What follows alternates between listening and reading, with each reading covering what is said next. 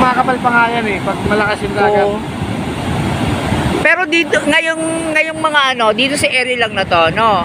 Dito, tapos Ayun, no? depende sa current, nilipat naman yung pala low tide, nag-high tide. Kaya So, napansin mo, nandito na lang siya, ayun yung iba. Oo. Ito May naman- nakita ko to kaninang maliit eh. Parang may... Tapos napansin ko dito, parang may nagkakabod lang to. Hindi yan sa pagkakabot. Pansinin mo yung bula, papunta ba dito yung current?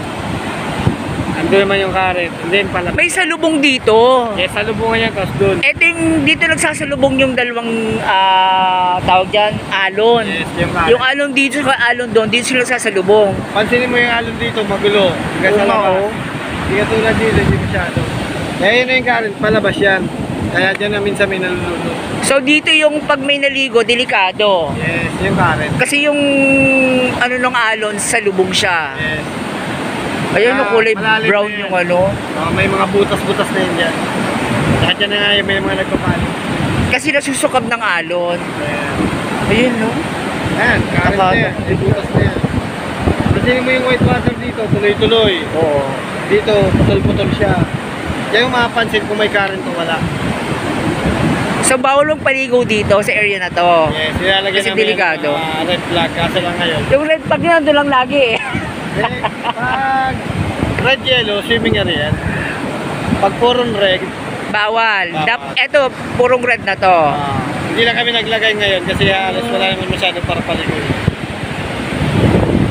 Ano to kuya, kanina pa to? Kasi kanina pa ako doon, no? Parang kakaiba yung tubig. Steady yan. Magbukas, lilipat naman yan doon. Sa dulo, kasi nagmumove yung current na sinasabi mo. Low tide, high tide, nag-move siya. Lilipat naman yan ng iba. Kasi mo maya, mga alas 3, alas 4. Wala na yan. Lilipat na yan Nasa doon. dulo na, sa may Yeah. Mercedes. Yan, no? Brown na brown, no? Steady na yung current yan, ibig sabihin. Wala. Nandito sa area na to. Pero hindi naman problema yung bulang yan eh. Hindi naman yung lason. Natural na dumi yan nung Yes. Nature nitong na siya, yeah. seaweed saka Seaweed, ng corals. Okay, yung pala yun. Kasi pansin mo siya, pag naligo ka dyan, amuyin mo. Malansa. May seaweeds ka. Yes, malansa siya. Pero hindi naman siya, hindi yung sinasabi nila, kalawang, whatever. Ayun na, nandun na sa dulo, unahan, no? Di ba, nag-boom siya doon. Nag-boom na siya doon, dito medyo wala na. Anong tawag sa ganyan? Tawag namin dito, bula. Bula kasi yung bula galing dun sa ano. Iba yung pakakaulan niya. Yung subo na tawag namin. Kulay brown. Saka mapapansin mo, ang steady rin niya, lahat ng mga basura na andyan, nagtitipon, seaweed. Kasi yung tinatangay siya nung Yes, yung current. along papunta dito sa gitna. Nag-i-stay lang siya. Kaya pag one time may nalunod sa amin, may hinahanap namin dito, kung nasaan yung mga nakatipon na basura, halos Doon yun. nandyan rin Doon yung dadalhin nung alon. Yun o, ang daming basura ko ng dito. lifeguard dito, ganyan parating inal namin. Naisip rin namin, nandito pala yung basura.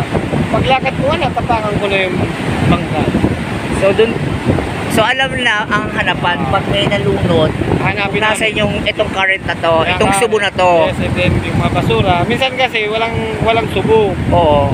Paano nyo malalaman Yung kung walang basura subo? na. Yung basura. Ay, basura ang makikita. Kasi pag naglakad na kayo mga kaleeg, kabaywa, may matatapakan na kami mga basura niya. Kaso nasa Diyan na ilalim. lang kami nag-aap sa area yan. Ayun. Depende na lang kung nailabas talaga yung bangka, yung nalunod. Pag nalabas naman yung nalunod, bangka nang kailangan namin. Oo. Pero pag hindi pa nalalabas, Dito lang sa gilid-gilid, no? Kasi naalam na lang kami, dinadagsa na lang.